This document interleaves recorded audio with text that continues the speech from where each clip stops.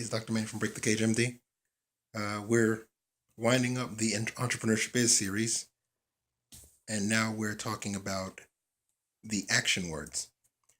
So the first action word, and so entrepreneurship is, and this is number 19. So I'm going to actually end up putting a few concepts into here because to me, they're like a telescope set of concepts. If you think about one, you want to keep the others in mind and just keep them in the same place in your mind. Same semantic space for people who want to go meaning geek about it. Um, okay, so entrepreneurship is attraction. If you look at the word attraction, it has not just action in it, but it also has traction. So you want to think about the idea of market traction. If you use the word traction as as one of your root ideas, traction by itself means having a grip in the market so that you're able to make forward motion.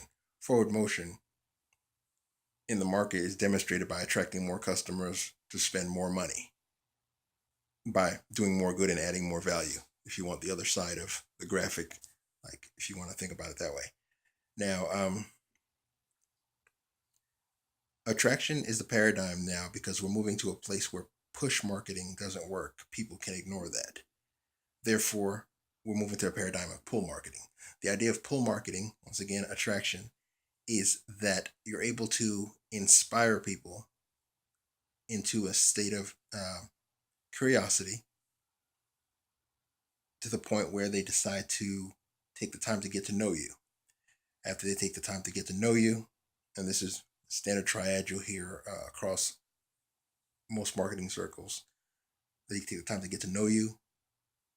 In due time, they love you, and with consistent delivery and high integrity over a longer period of time, they trust you. So, know, love, and trust is a triad you should all be familiar with already from every marketing thing. So, attraction, which is our first action, results from inspiring with curiosity to the point where the customer becomes engaged. When the customer becomes engaged over the course of time in the interaction, and interaction was one of the other action words, just so you know, uh, they take the time to get to know, love, and trust you. Now, when how do you lose traction?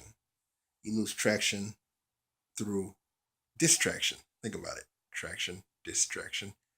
So, distraction results from popping up in semantic space to too high a level of abstraction. Now, that's because customers don't like problems, they don't like failure, and they don't like uncertainty. As a matter of fact, one of the transdiagnostic markers in clinical psychology of mental illness is uh, intolerance to uncertainty. If you want a core model as to how people feel comfortable thinking, it's lay epistemology.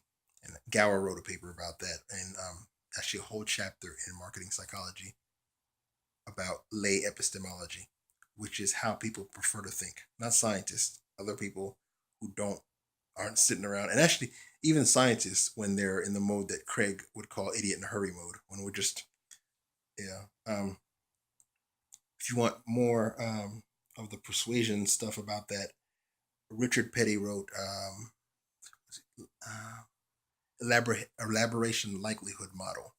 The elaboration likelihood model states that a person can be persuaded by two mechanisms. They're either persuaded peripherally or through the central route of persuasion. The central route of persuasion involves actually doing the cognitive processing, and that's a result of the curiosity I spoke about before, because it takes curiosity to actually get to know